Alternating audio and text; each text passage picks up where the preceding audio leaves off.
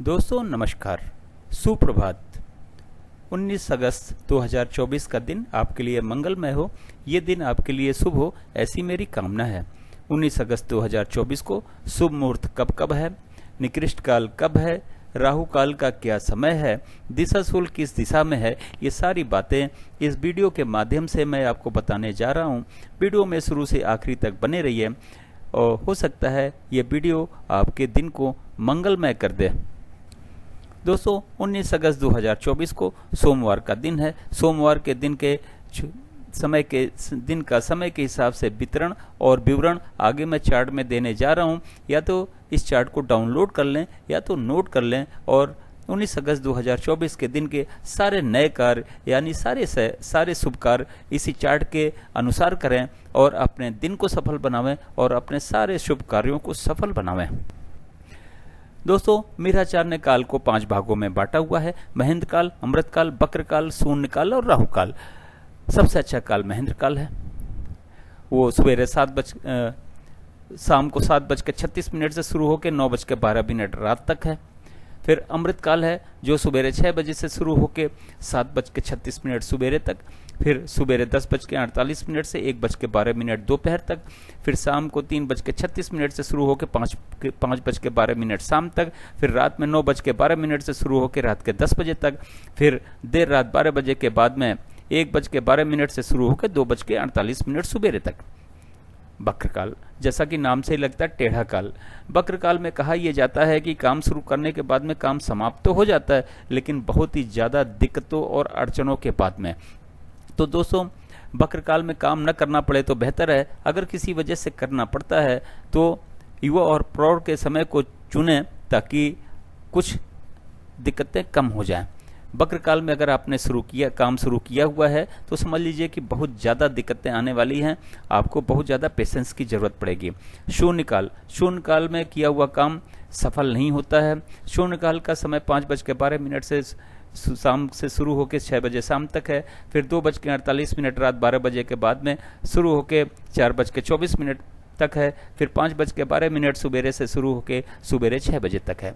राहु काल 7:30 बजे सवेरे से 9 बजे सवेरे तक है। दोस्तों शून्य काल और राहु काल निकृष्ट काल है। इस समय हमें कोई भी शुभ कार्य या नया कार्य नहीं करना चाहिए। राहु काल फ्लोटिंग काल है, ये महेंद्र काल में भी आ सकता है, अमृत काल में भी आ सकता है, बक्र काल में भी आ सकता है। तो ये अगर ये महेंद्र काल में है या अमृत काल में है या बक्र काल में है तो हमें 7:30 बजे से 9 बजे के बीच में, 7:30 बजे और 9 बजे के जो समय अवधि है राहु काल का, इस बीच में हमें कोई भी काम शुरू नहीं करना है। अगर हमने इससे पहले कोई काम शुरू कर दिया है तो कोई दिक्कत नहीं है। दोस्तों कल रक्षाबंधन का दिन है। रक्षाबंधन की ढेर सारी शुभकामनाएं आपको, और राखी बांधने का मुहूर्त भी आप इसके उपयोग के लिए भी इस चार्ट का उपयोग कर सकते हैं। जैसे राखी बांधने का जो मुहूर्त है, अब महेंद्र काल तो शाम का समय है, अमृत काल में आप कर सकते हैं। अमृत काल और महेंद्र काल में वैसे तो कभी भी कोई भी काम किया जा सकता है, लेकिन बेहतर रिजल्ट पाने के लिए युवा और प्रौढ़ के समय को चुनें तो कार्य शीघ्र ही समाप्त हो जाता है और शीघ्र ही सफल हो जाता है। दोस्तों अमृत काल का समय राखी बांधने के मुहूर्त के लिए चुनें और रक्षाबंधन की एक बार फिर से आप लोगों को ढेर सारी शुभकामनाएं। दोस्तों इस चार्ट का उपयोग आप इस प्रकार से कर सकते हैं और इन जगहों पे कर सकते हैं, जैसे गृह प्रवेश का समय निर्धारित करना हो, मुंडन का मुहूर्त निर्धारित करना हो, कोई नई कथा, नई हवन या नई पूजा आपने रखी है तो उसका मुहूर्त निर्धारित करना हो, नामकरण, बच्चे का नामकरण रखा तो उसका मुहूर्त निर्धारित करना हो, गाड़ी खरीदने जाना है तो घर से निकलने का समय, लड़की देखने जाना है तो घर से निकलने का समय, लड़का देखने जाना है तो घर से निकलने का समय, यात्रा पे जाना है तो घर से निकलने का समय, नई जमीन खरीदने जाना है, फ्लैट खरीदने जाना है तो घर से निकलने का समय, अगर बेचने जाना है तो घर से निकलने का समय, घर में बैठ के बात करना है तो उस समय का मुहूर्त, किसी से मिलने जाना है तो घर से निकलने का मुहूर्त, किसी से अस्पताल में भी मिलने जाना है तो घर से निकलने का मुहूर्त, किसी से आप पास के बाजार में भी जा रहे हैं तो घर से निकलने का समय, किसी को एडमिशन दिलाने जा रहे हैं तो घर से निकलने का समय, इंटरव्यू देने जा रहे हैं तो घर से निकलने का समय, एग्जाम देने जा रहे हैं तो घर से निकलने का समय, बिजनेस मीटिंग पे जा रहे हैं तो घर से निकलने का समय, या फिर ऑफिस से निकलने का समय। दोस्तों इस चार्ट का उपयोग आप जैसे आज रक्षाबंधन है तो राखी बांधने का मुहूर्त भी इसके लिए भी इस चार्ट का उपयोग कर सकते हैं। आप इस चार्ट का उपयोग, जैसे व्रत रखा है आपने, उस पर किसी भगवान की पूजा करनी है तो उसका भी मुहूर्त देख सकते हैं, निकाल सकते हैं, और अगर व्रत खोलना है तो उसका भी मुहूर्त निकाल सकते हैं। इवन आप इस चार्ट का उपयोग शेयर के खरीद और बिक्री के लिए भी कर सकते हैं, आजमा सकते हैं। हो सकता है ये आपको उसमें भी शूट कर जाए। दोस्तों अब बात करते हैं दिशाशूल की।